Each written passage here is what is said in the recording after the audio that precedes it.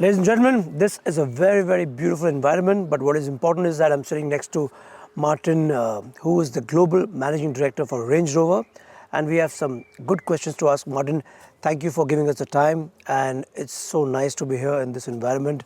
But first up, Range Rover in India especially has really doubled its turnover, its sales. You must be very happy, but what do you think what do you think you guys have done right so that the numbers have been coming so nice? Yeah, thank you, Ramesh. First of all, welcome to the UK and thanks for spending your time with us. Yes, we indeed have very good success with Range Rover in India. There's several elements to it. First of all, we've really been building long time on the brand equity, on the brand perception of Range Rover in India. We know that Range Rover stands for refinement, for rewarding yourself. It's the first original luxury SUV since 1970, 55 years of history.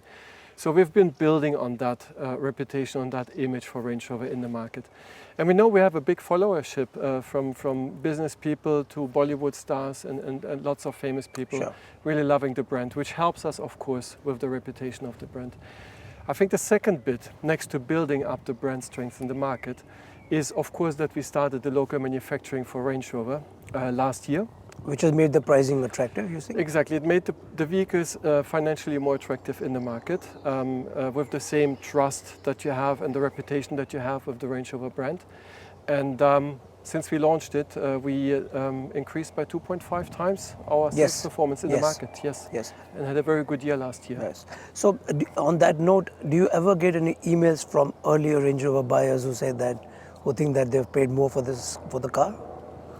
You would have to ask Rajan. Okay, I'm sure they was.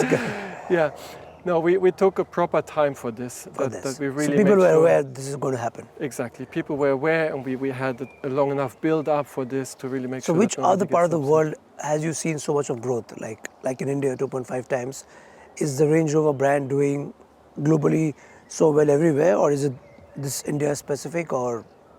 No, we're doing very strong in many parts of the world. We grew globally by, I think, more than 25% with Range Rover Sport alone last year. It obviously varies market by market. So the steepest growth indeed last year was in India. Followed by which country? Again, you have US was really strong on Range Rover Sport, and then we have selective smaller markets where we had certain growth as well. In Europe, we had, especially with the plug-in hybrid models, very good success as well. So, Mercedes Maybach is seen as a good competition to the Range Rover Sport. I don't know if you want to name the competition, but they have more tech loaded in terms of features. Do you think that comes on a way of deterring some of the buyers who take away? Who otherwise would have got to Range Rover, but because of it's being less techy, not that it's not a formidable car, but it's in terms of some luxury and some tech missing. Do you think the Mercedes Maybach takes that away from them?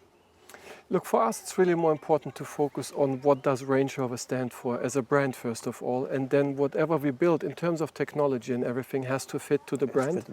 And Range Rover, both Range Rover and Range Rover Sport, it's again the original luxury SUV. It's about refinement. It's about a very good, comfortable seating position, right? Being in control of everything you do. It's about craftsmanship and its execution, but at the same time, it's about reductiveness. Right. So that you really only use technologies and everything when they're needed. We have these hidden until lit lights, for example, on the tail of the Range Rover. Other features that we are really hiding until they're being used. And that reductiveness is the approach that we follow that's relevant for our customers. What we create with a Range Rover is a calm sanctuary. Right? These people are all busy, all in a hectic environment, making decisions every day, in and out, in and out. And then you want to sit in your Range Rover and just be calm, be quiet. And that's the strategy that we try to pursue, to build that calm sanctuary with the Range Rover. So are you excited for the Range Rover Electric? Do you think that calmness portion will really make it very big? We are indeed absolutely excited. So our approach definitely is that Range Rover Electric will be a Range Rover first. This is why it looks like a Range Rover, it behaves like a Range Rover. It will have everything that the customer expects of a Range Rover. The driving comfort, the capability, the towing capacity, the weighting depth. Everything just more refined. More refined. So do you think the numbers from the Range Rover Electric would be as good as the numbers that you get from, so what are your expectations personally or as a target volume? Are the numbers on a very double-digit figure everywhere? You know, it's more important for us to get it right. This is Okay. really why we take our time. We're still in the testing of the Range Rover to really make sure it's the best Range Rover ever. So the today I most actually refined Range happened Rover to ever. be in the You back drove seat. it, yeah, I exactly. couldn't drive it, but I think it looked phenomenally well. I mean, in terms of performance, in terms of it didn't look like that you're not sitting in a V8 Range Rover for that matter. So how did it feel for you? It felt very good actually. The handling was very, very spot on, and performance was also good. I really wanted to drive. Of course, I understand that it's a prototype right now, and the 5-channel noise cancellation was not there, so there was a lot of road noise and wind and tire noise, which is seeping in. Of course, In it's the an EV. prototype for Yeah, now, yeah. exactly. But I think when the final product comes, it will look very good. But there is another school of thought when people are looking at an electric car, they're also looking at a new design language. So this is a blessing, or this can be taken in two ways, because some people will like it because it's the same Range Rover. You get an option of petrol, diesel, hybrid, electric, or some people would like if it's born electric. So I think that's how the consumer's mindset are. But yeah, it's always good to have a familiar looking design, the same DNA, and if you want to go electric, you have the option. Yeah, and What we spoke in the development phase to lots of customers and asked them, what do you expect of a Range Rover electric? And first of all, they said, make it a Range Rover and then Okay. make it electric. Then make it electric. And Yes. that's what we're doing. And this is why we continue with the design, the equity, the beautiness, the reductiveness of a Range Rover. We don't want to change this. For our clients, it's a Range Rover, and then they have a choice of the powertrain. And one of them, the most refined one, will be the electric. Yes. So is USA the bigger market or China the bigger market?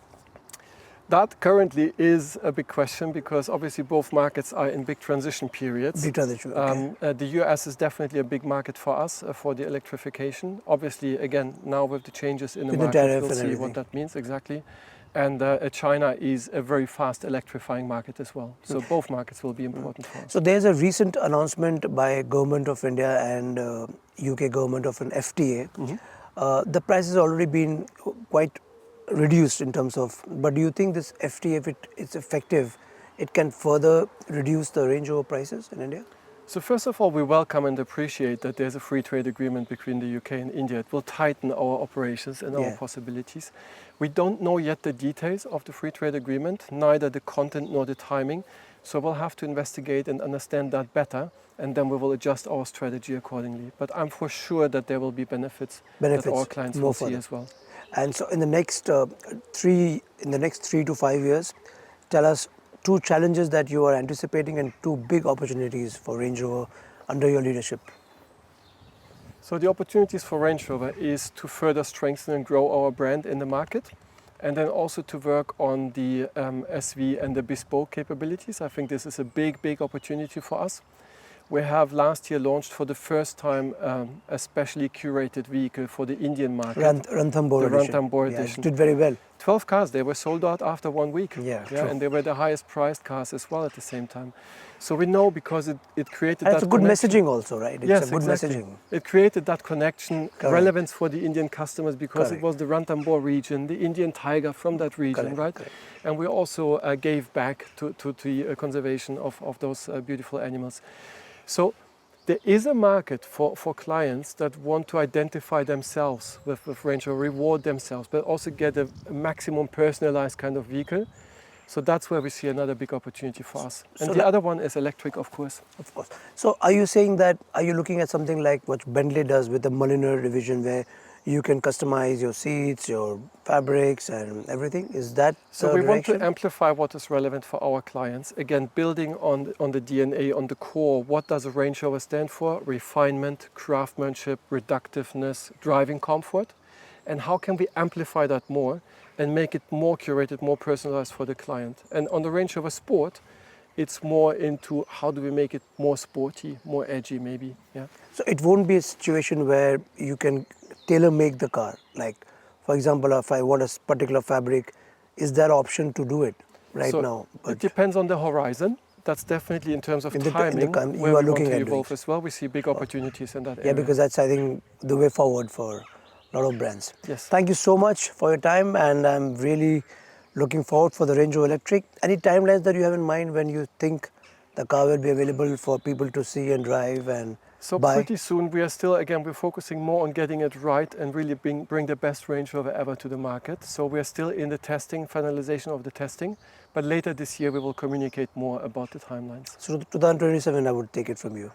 We'll talk about it later. All right. Thank you so much, Martin. Thank you very much. Thank you for your time. And guys, drop in the comments which Range Rover do you think is the one that you like and which is the one that you would be putting your money on. See you in the next one.